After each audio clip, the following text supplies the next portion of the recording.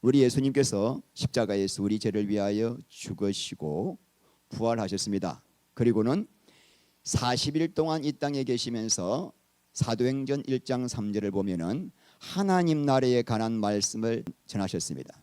그리고는 하늘로 올리우시고 지금 하나님 보좌 우편에서 세상 만물을 통치하고 계시다가 다시 오십니다. 왜 오신다고 나와 있습니까? 죽은 자와 산 자를 심판하기 위해서 오신다는 신앙 고백. 자, 오늘 이 고백을 한번 우리가 살펴보겠습니다. 다시 읽습니다. 하늘에 오르사 전능하신 하나님 우편에 앉아 계시다가. 여러분, 예수님은 육신을 가지고 계신 분이잖아요. 그런데 육신을 가진 분이 중력의 법칙이 있는데 어떻게 하늘로 올라갈 수가 있을까? 이상하지 않습니까? 그래서 우리가 사도행전 1장 보면은 우리 예수님이 성천하실 때의 모습이 잘 나와 있습니다. 우리 9절부터 읽겠습니다. 이 말씀을 마치시고 그들이 보는데 올려져 가시니 구름이 그를 가리어 보이지 않게 하더라. 올라가실 때의 제자들이 자세히 하늘을 쳐다보고 있는데 흰옷 입은 두 사람이 그들 곁에 서서 이르되 갈릴리 사람들아 어찌하여 서서 하늘을 쳐다보느냐? 너희 가운데서 하늘로 올려지신 이 예수는 하늘로 가심을 본 그대로 오시리라 하였느니라. 그래서 우리가 두 가지 사실을 발견할 수 있습니다. 노란색으로 되어 있는 이 단어의 특징이 있습니다. 5번이나 반복되고 있는 이 단어의 특징, 보다라는 동사죠. 자, 그러므로 예수님이 하늘로 올리우시는 이 사실은 제자들이 직접 눈으로 목격한 사실이지 없는 지어낸 사건이 아니다라고 하는 것입니다. 실제로 역사적으로 존재했던 사실인 것을 믿으십니까? 여러분 진짜 믿으세요? 사람이 하늘 올라가신 거 믿어지시나요? 자, 두 번째 우리가 보면은 9절 말씀 보면은 제가 푸른색으로 이렇게 칠한 게 올려져 가시니, 이게 수동태죠. 그러니까 예수님께서 당신의 놀라운 능력으로 스스로 공중부양한 것이 아니라 하늘에서 하나님의 능력으로 이끌어져 올라가셨다는 것입니다. 왜 그랬을까? 우리 예수님이 이 땅에서 하실 당신의 사명이 끝났기 때문이죠. 그리고 우리 예수님이 원래 계시던 곳이 어디예요? 하늘나라예요. 하늘이에요. 그래서 하늘로 올라가신 것입니다. 그렇다면은 지금 제자들은 잘못하면 다 순교당할 수 있는 기가 막힌 상황인데, 아니 우리 예수님 인정사정 없이 왜 제자들 다 내버려 두고 혼자 하늘나라로 올라가셨을까? 그 이유가 뭘까요, 여러분? 첫 번째, 우리 예수님의 성천하신 이유, 시작.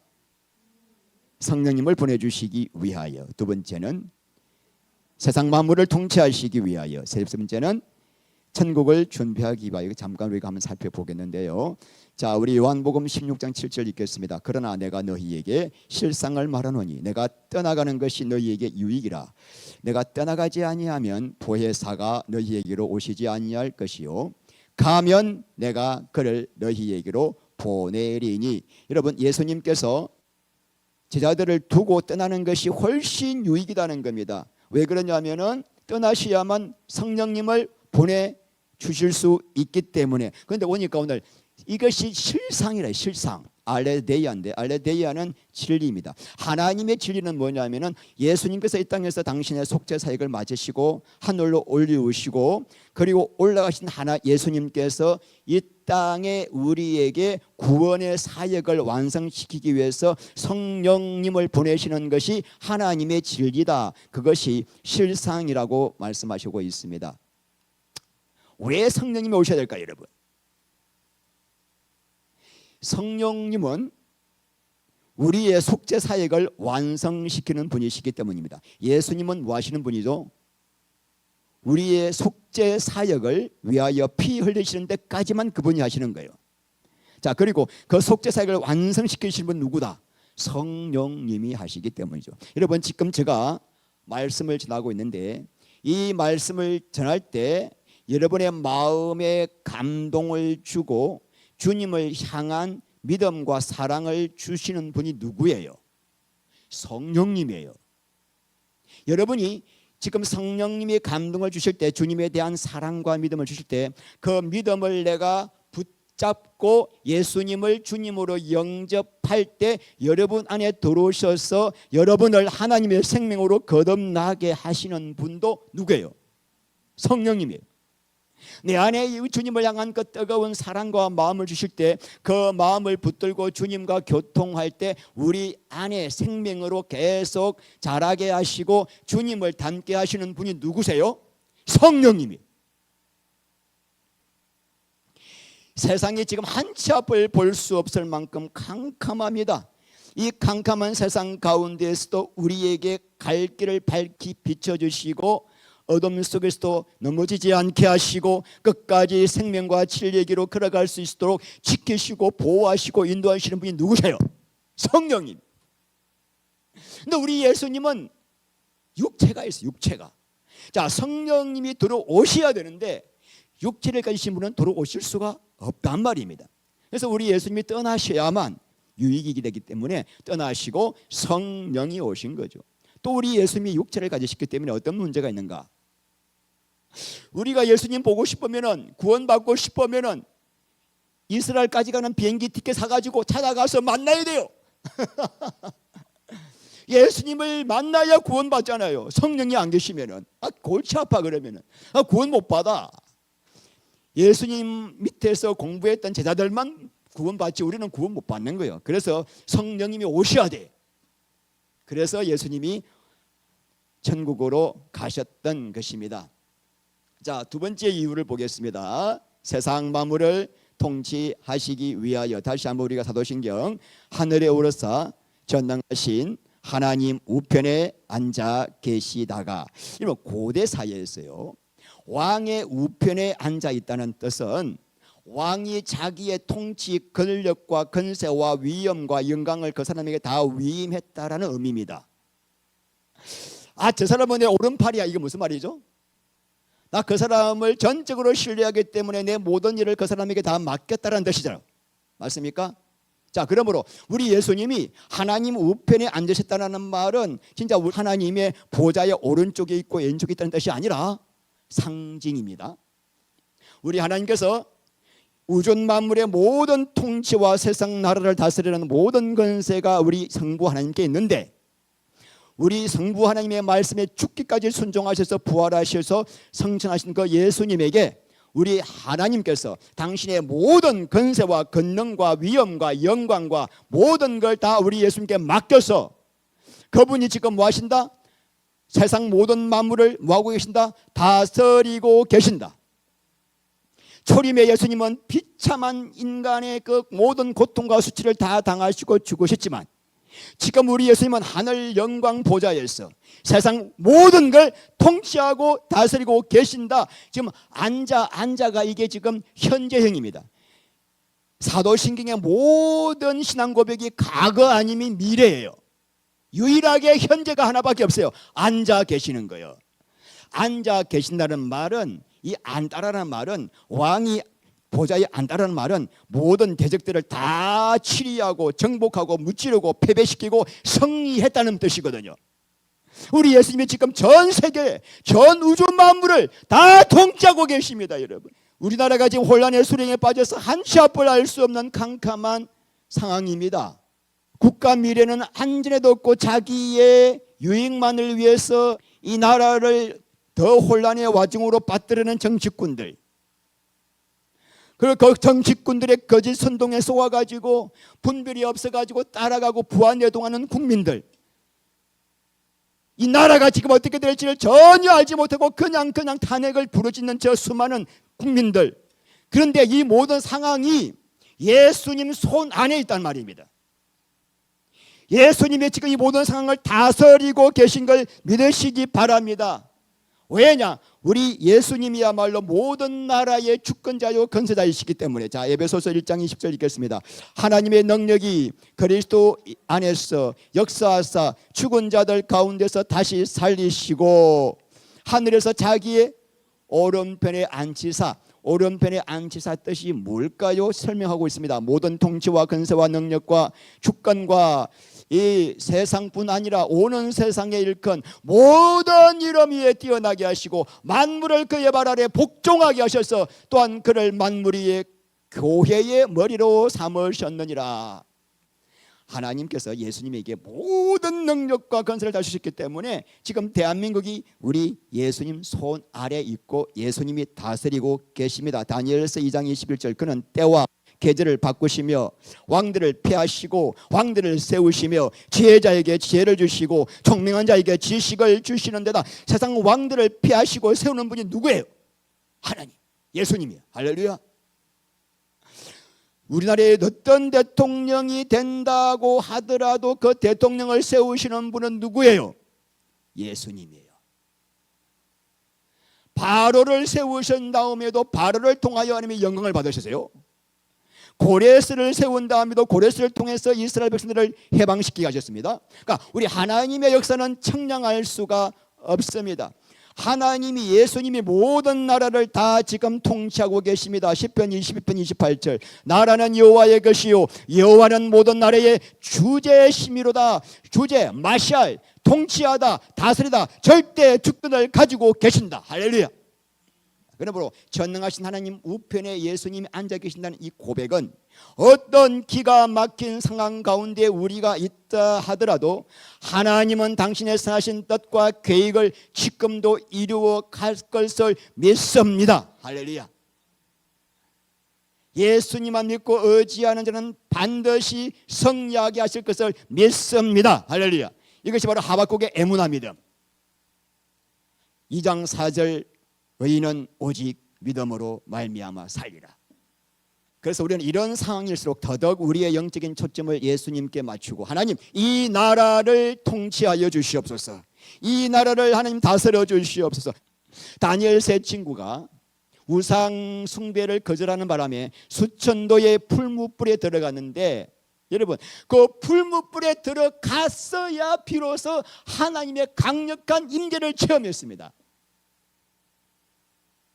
그런 일이 없었다면 그들은 그 안에서 예수님을 만날 수가 있겠습니까? 이상하게도 풀무불 안에 들어가니까 이때까지 보지 못하고 만나지 못했던 예수님이 계셨어요. 그 안에. 그러니까 우리에게의 이 모든 상황은 더 깨어서 기도하라는 주님의 사인입니다. 자, 세 번째 뭐죠? 천국을 준비하시기 위해서 자, 요한복음 14장 1절 이하 너희는 마음에 근심하지 말라 하나님을 믿으니 또 나를 믿으라. 내 아버지 집에 거할 곳이 많도다. 그렇지 않으면 너희에게 일러스리라. 내가 너희를 위하여 거처를 예비하러 가노니 가서 너희를 위하여 거처를 예비하면 내가 다시 와서 너희를 내게로 영접하여 나 있는 곳에 너희도 있게 하리라. 성천의 세 번째 이유는 뭐라고요? 우리가 영원히 거할 거처 뭐죠? 천국을 준비하시려고. 여러분 지금 죽으면 어디 가죠? 지금 죽으면 육신은 땅에 묻히고 영만 낙원에 갑니다.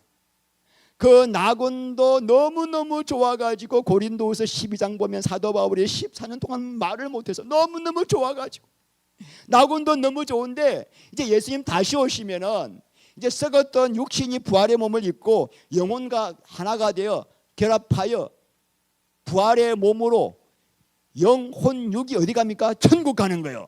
우리 예수님이 준비하신 천국에. 그럼 천국은 얼마나 좋을까? 상상이 안 돼요. 그래서 믿는 자는 뭘 기대하셔야 됩니까? 예수님 오실 것을 고대하셔야 돼요. 빨리 오시옵소서. 그래서 사도신경에 우리가 하늘에 오르사 전능하신 하나님 우편에 앉아 계시다. 시작. 저리로서 산자와 죽은 자를 심판하러 오시라. 재림하신다는 겁니다. 다시 오신다는 겁니다. 여러분 저리로서가 무슨 뜻이죠? 자, 거기로부터 시작. 거기로부터 살아있는 자와 죽은 자를 심판하러 오십니다. 이렇게 우리가 거기로부터 어디요? 지금 우리 예수님이 하느님 보좌 우편에서 세상 만물을 통치하시다가 천국이 준비되면 다시 오시는데 목적이 뭐라고요? 살아있는 자와 죽은 자를 모하기 위해서 심판. 그러니까 초림 예수님은 구원주로 오시고 재림 예수님은 심판주로 오신다. 영광스러운 모습으로. 그런데 산 자와 죽은 자, 살아있는 자와 죽은 자 뜻이 뭘까요? 두 가지 다 해석이 가능합니다. 첫 번째는 예수님 재림하실 때 육체적으로 살아있는 자와 육체적으로 죽어서 무덤에 들어간 자도 해석이 가능하고, 두 번째는 영적으로 구원받은 성도와 영적으로 죽어있는 구원받지 못한 자 다 심판의 대상이다. 여러분, 여기서 중요한 것, 예수님 재림하시면은 심판의 대상에서 벗어날 수 있는 사람은 한 사람도 없다. 모두 다 심판받는데 심판의 종류가 다릅니다. 자, 성도는 어떤 심판 받습니까? 시작. 상급 심판 받습니다. 불신자는요, 영벌의 심판을 받습니다. 다릅니다. 그래서 여러분, 불신자는 계속 음부에 있다가 영만 가 있다가 천년왕국 끝나면 그때 육체가 부활하여 백보자 심판대 앞에서 영원한 불못으로 갑니다. 그건 계시록 때 말씀을 드릴게요. 일단 중요한 거는 예수님 재림하실 때 모든 사람들의 심판의 대상인데, 성도는 무슨 심판? 상급 심판 받는다. 여러분, 자, 요한복음 5장 24절 읽겠습니다. 내가 진실로 진실로 너희에게 이르노니 내 말을 듣고 나 보내신 이를 믿는 자는 영생을 얻었고 심판에 이르지 아니하나니 사망에서 생명으로 옮겼느니라. 믿는 사람은 심판 받습니까? 안 받습니까? 심판 안 받습니다. 이 심판 안 받을 때 심판은 무슨 심판? 지옥 가는 심판이에요. 영생을 얻었습니까? 우리는 지옥 가는 심판은 다시는 받지 않습니다. 왜요? 우리의 모든 죄를 과거, 현재, 미래죄까지 예수님께서 십자가에서 대신 다 담당하셨기 때문에. 그 말씀이죠. 자, 그러면은 꼭 이런 질문을 합니다. 목사님, 그러면요, 구원받은 사람은요, 좀 죄 좀 지어도 되겠네요. 우리는 지옥 안 가니까. 꼭 그런 질문을 하고 싶은 사람들이 꼭 있습니다. 여러분, 구원받은 사람은 죄를 지어도 지옥에는 가지 않지만은 지옥 가는 대신에 뭘 받아요? 징계를 받습니다. 회개하지 않으면 뭘 받아요? 징계를 받습니다. 자, 고린도전서 11장 31절 이하. 우리를 살폈으면 판단을 받지 아니하려니와 우리가 판단을 받는 것은 주께 징계를 받는 것이니 이는 우리로 세상과 함께 정죄함을 받지 않게 하려 하심이라. 31절 앞에 성찬에 대한 말씀을 쭉 주시세요. 성찬, 너희들이 성찬하기 전에 반드시 자기를 살펴라. 살핀다는 말이 이게 회개하라 말이야. 회개하라. 내가 과연 예수님의 피와 살을 먹을 수 있을 만큼 내가 좀 정결한가? 성찬식을 하기 전에 자기를 돌아보아서 해야지. 그냥 먹었다가는 병든다, 죽을 수도 있다. 그래서 성찬할 때는 회개의 기회인데, 그래서 너희들이 성찬하기 전에 살폈으면은, 회개했으면은 판단은 뭐냐면은 징계요. 징계를 받지 아니할 것인데 너희들이 성찬하면서도 회개를 안 했다.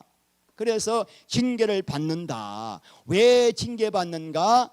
세상과 함께 뭐 받지 않으려고? 정죄함. 이게 바로 뭐죠? 지옥 심판이에요.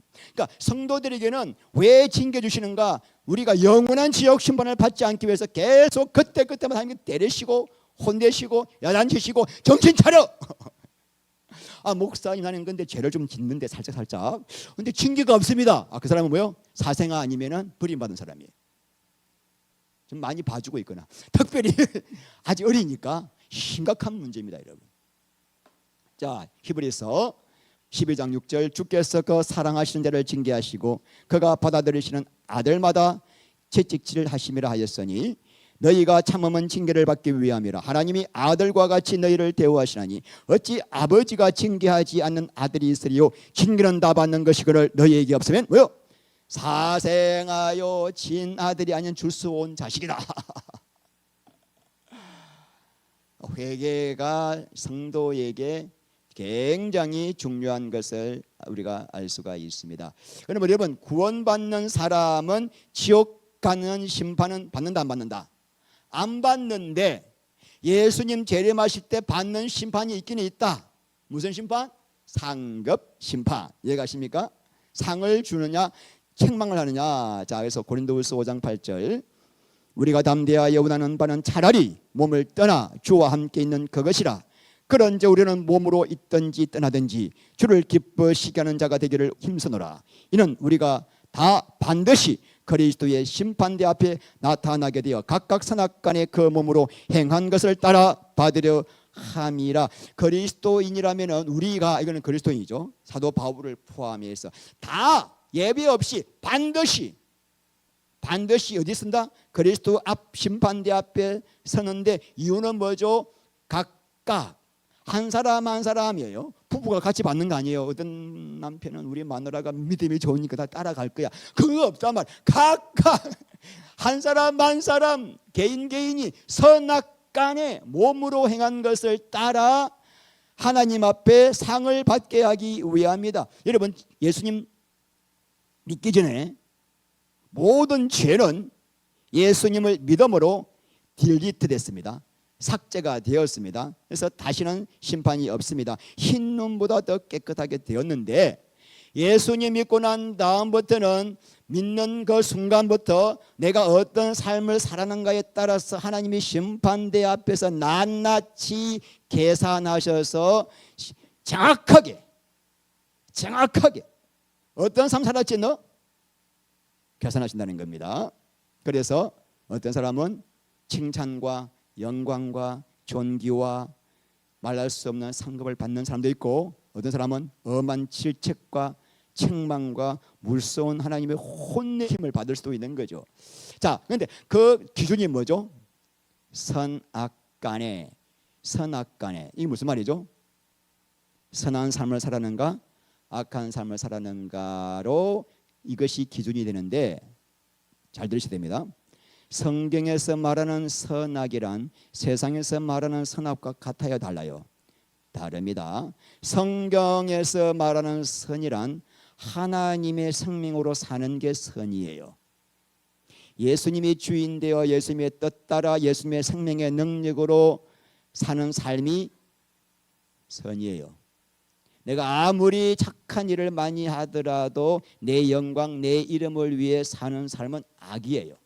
하나님이 카운트 안 하십니다. 이걸 잘 아셔야 되겠죠. 자, 그러므로 알기란 뭐예요? 내 영광, 내 자랑을 위하여 내가 주인 되어 사는 삶이죠. 자, 그러므로 오늘 선악간에 할 때 우리가 잘못하면 율법적인 선악으로 보면 안 되는 거예요. 세상에서 말하는 선악하고는 개념이 다른, 그것을 뛰어넘는 도덕 윤리 이상의 선악이다. 자, 그렇던데 선악간에 그 몸으로 행한 것을 따라 상급을 받는다. 뭐죠? 육체를 가지고 이 육체를 어디에 쓰는가에 따라서 마지막 상급의 기준이 된다라는 것입니다. 목사님, 나는 마음을 다해서 우리 예수님을 많이 사랑했는데요, 그러면 된 거 아닙니까? 안 된다는 거예요.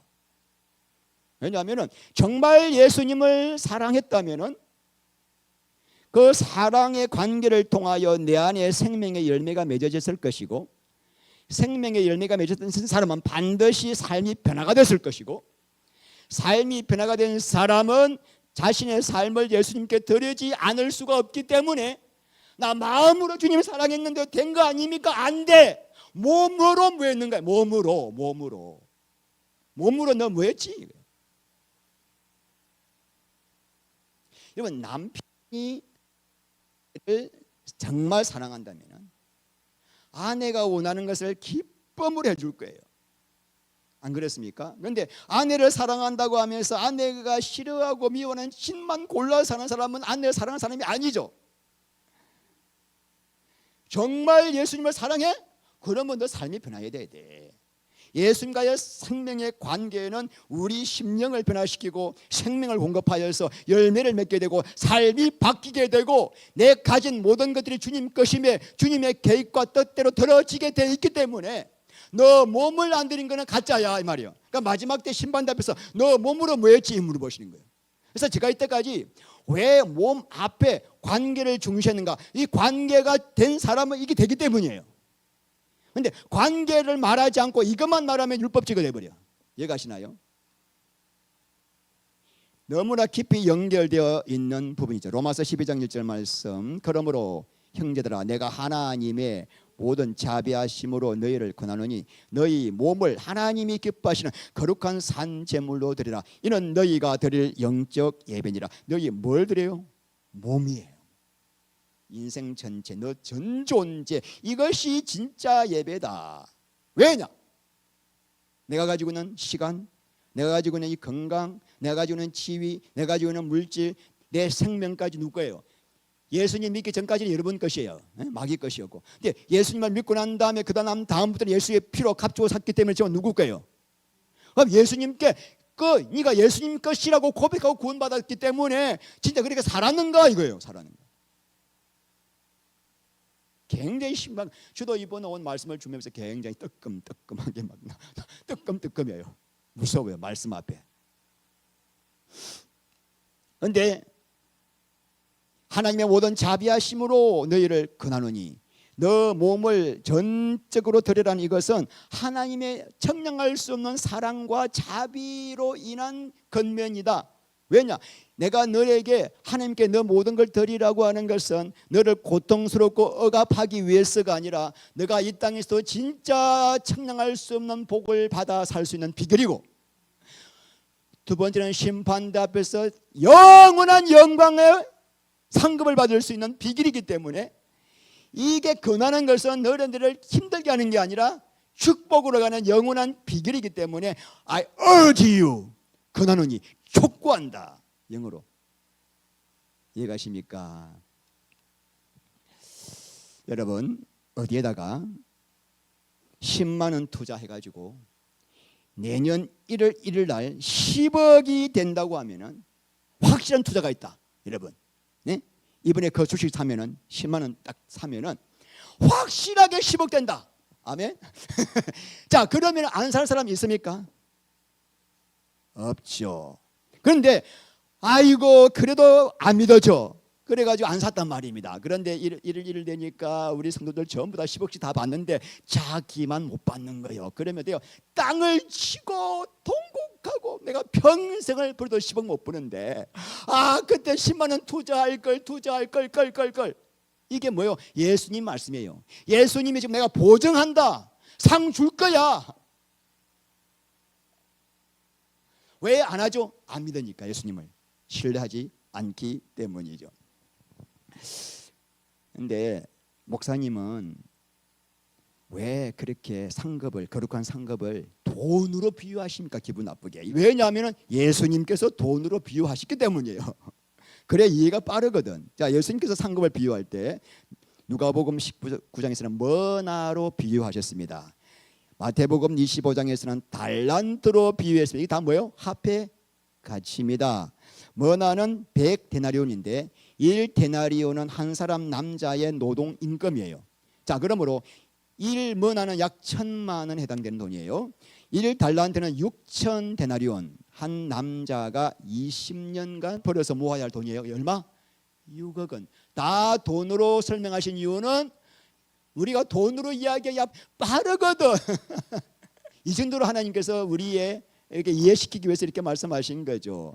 누가복음 19장 보면은 우리 예수님께서 당신을 비유합니다. 어떤 귀인이 먼 나라로 떠날 때 자기의 10종에게 각각 한 머나씩 주고 떠났더라.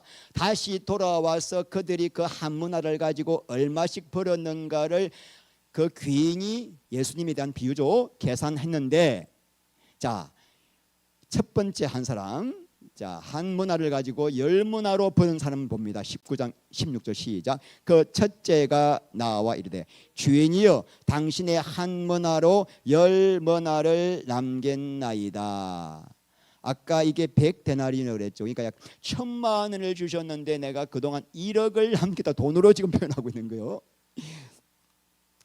자, 그러니까 여러분, 당신의 한 머나 주신 것을 가지고 내가 전 삶을 다 드렸다 이 말입니다. 누구의 머나? 당신의 머나예요. 내 가진 건 다 당신 것입니다.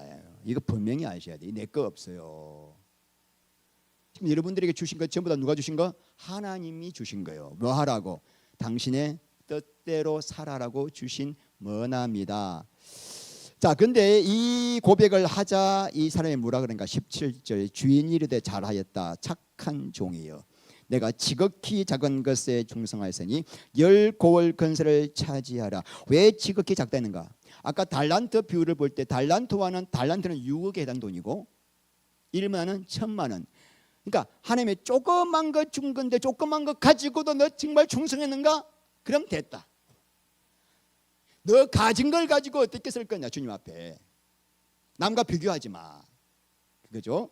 이 귀인이 뭐라 그럽니까? 첫째 뭘 하고 있습니까? 칭찬하고 있죠. 잘하였다 착한 종아, 내가 지극히 작은 것에 충성했으니 그 다음에 뭘 하고 있습니까? 칭찬과 함께 상급을 이야기하고 있죠. 열 고을 건세를 차지하게 하겠다. 열 고을 건세가 어떤 건지는 우리는 알 수 없습니다. 근데 분명히 하나님이, 예수님이 줄 상이 있는 거예요. 근데 그 상은 무슨 상이다? 영원한 상이다. 내가 투자한 것과는 비교할 수 없는 영원한 상급이 있다라고 하는 것입니다. 자, 이 다음에 성경 구절은 제가 다 뺐는데, 이 다음에는 한 머나를 5머나로 늘린 사람이 나는 한 머나 가지고 5머나를 만들었습니다. 그러니까 주인이 칭찬을 안 합니다. 하지 않고 너 그 5고을 건세를 주겠다라고만 합니다. 근데 마지막에 한 사람은 한 머나를 가만히 갖고 있다가 그냥 갖고 왔어. 그냥 갖고 왔다니까 이 약한 게으른 놈아 하면서 막 혼을 내고 그 한 머나를 10머나 가진 자에게 빼앗아 주버립니다. 성도들이 다 이런 모습이죠.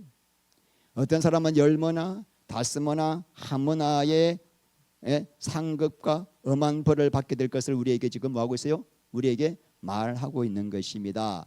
자, 여러분, 재림하시면은, 예수님 재림하시면은 우리가 가장 일어나는 놀라운 현상이 뭐예요? 부활하죠. 그죠? 근데 부활할 때 영광이 다 다릅니다. 어떤 사람은요, 해와 같이 너무나 찬란한 부활의 몸으로 부활한 사람도 있고, 어떤 사람은 꺼져갈 때 촛불같이 막 희미한 부활의 영광으로 될 사람이 있는 거죠. 그거를 고린도전서 15장에 이렇게 말하고 있습니다. 자, 시작. 해의 영광이 다르고 달의 영광도 다른데 별과 별의 영광이 다르다. 죽은 자의 부활도 그와 같으니 썩을 것으로 심고 썩지 아니할 것으로 다시 살아나며. 왜 우리가 부활할 때 다 다를까? 영광이 다 다를까?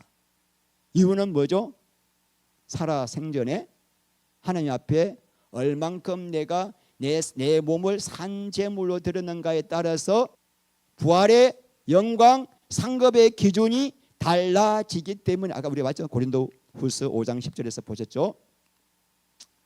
그래서 어떤 사람은요, 하나님 내 것이 아닌데 하나님 거 하나님께 좀 드렸는데 왜 이렇게 나를 이렇게 영광스럽게 부활시키십니까? 막 감격 감사하면서 영원히 찬양할 사람이 있고, 그때 하나님 앞에 나를 위해서 드릴 건데 그냥 내 육신을 위해 썼더니만은 쪽팔려. 희미한 영광의 위미한 부활의 몸을 입고 그냥 그것도 영원히, 이 땅에서는 잠깐인데 그건 영원한 영광이거든. 거기서 다 끝장나 모든 영원한 게. 그러니까 이거 목사도 그때 가면 쪽팔릴 수가 있고 완전히 다 드러나니까 완전히 이거 뭐 숨길 수가 없는 거예요. 하나님 앞에 얼마나 떨립니까 이게. 마태복음 10장 42절, 또 누구든지 제자의 이름으로 이 작은 자 중 하나에게 냉수 한 그릇이라도 주는 자는 내가 진실로 너희에게 이르노니 결단코 상을 잃지 아니하리라 하시니라. 작은 자란 예수님을 따르는 자, 종들을 말합니다. 그들에게 냉수 한 잔을 줄지라도 진실로 이 아멘이요, 절대로 상이 있다. 그런데 중요한 게 사람한테 칭찬과 인정받으려고 하면은 하나님으로부터 받을 상이 있다 없다? 없다. 그게 조심해야 돼요. 내가 지금 이걸 하는데 동기가 하나님만 바라보고 은밀히 하지 않고 사람으로부터 인정받고 칭찬받기 위해서라면 하나님께서 너 국물도 없다. 자, 마태복음 6장.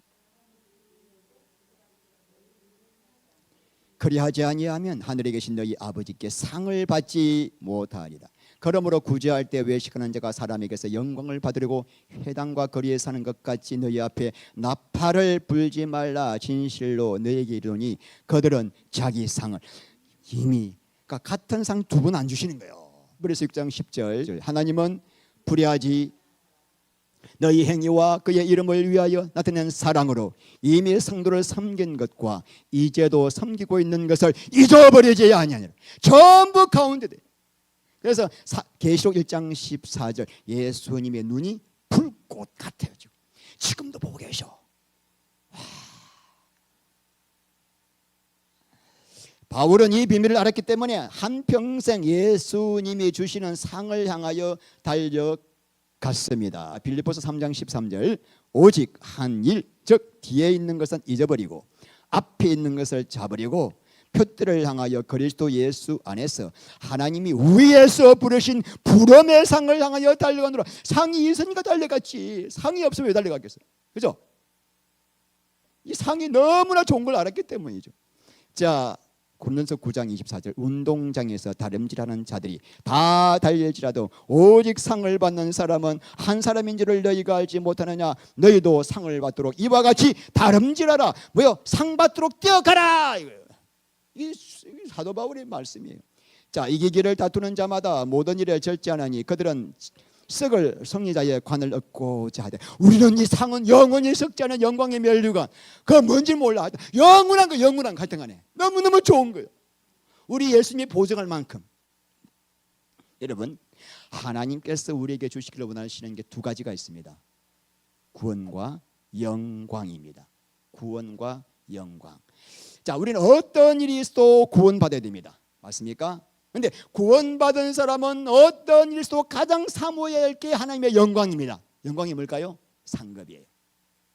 자, 시편 62편 7절 나의 구원과 영광이 하나님께 있으며 내 힘의 반석과 피난처도 하나님께 있도다. 내 구원과 영광이 누구에게 있다? 구원도 받아야 되지만 구원받은 자가 영광, 상급을 사모하라는 거죠. 디모데후서 2장 10절 말씀. 그러므로 내가 택함 받은 자들을 위하여 모든 것을 참음은 그들도 그리스도 예수 안에 있는 구원을 영원한 영광과 함께 받게 하려 합니다. 구원만 받게 하기 위해서가 아니라 영원한 영광을 받게 하려고 사도 바울이 그렇게 모든 걸 참고 복음을 전했다. 나 구원받았으니 할렐루야 하고 퍼진 사람들은 이 비밀을 몰라서 그런 거죠. 그럼 구원을 어떻게 받는가? 11절 말씀. 미쁘다 이 말이에요. 우리가 주와 함께 죽었으면 또한 함께 살 것이요 함께 예수와 죽고 산 자가 구원받아요. 그죠? 영광은 어떻게 받습니까? 12절 말씀. 참으면 또한 함께 왕노릇 할 것이요 우리가 주를 부인하면 주도 우리를 부인하실 것이요. 뭐하라고 했다고요? 참아야 히포메네 변함없이 견고하게 서 있다 이겁니다. 나의 절대 주권자 예수님을 내 마음을 다하여 사랑하며 내 모든 삶을 그분께 드리는 그 자리에 오늘 하루 내일 하루 이틀 하다 끝나는 삶이 아니라 예수님이 나를 부르시는 순간까지 끝까지 버티는 자가 구원을 받으리라고 했잖아요. 영광도 마찬가지예요. 끝까지 참아라 참아라. 앞으로 여러분 한 번도 경험해보지 못한 세상을 경험하게 될 것입니다. 그런 악한 세상이 펼쳐진다고 하더라도 견뎌야 됩니다. 주님과 함께 에무나의 믿음으로. 여러분 한 주간 여러분들의 세상 가운데 마음이 흩어졌지만 오늘 주일은 다시 마음을 하나님이 원하시는 자리로 모으는 시간이에요. 그게 중요한 거예요. 지금 내 인생의 키가 어디로 가고 있는가 다시 잡는 시간인 줄 믿습니다. 여러분 하나만 더 끝나겠는데, 자, 우리와 관련된 책이 하늘 아래에 두 개의 책이 있습니다. 하나는 생명책이고 하나는 기념책입니다.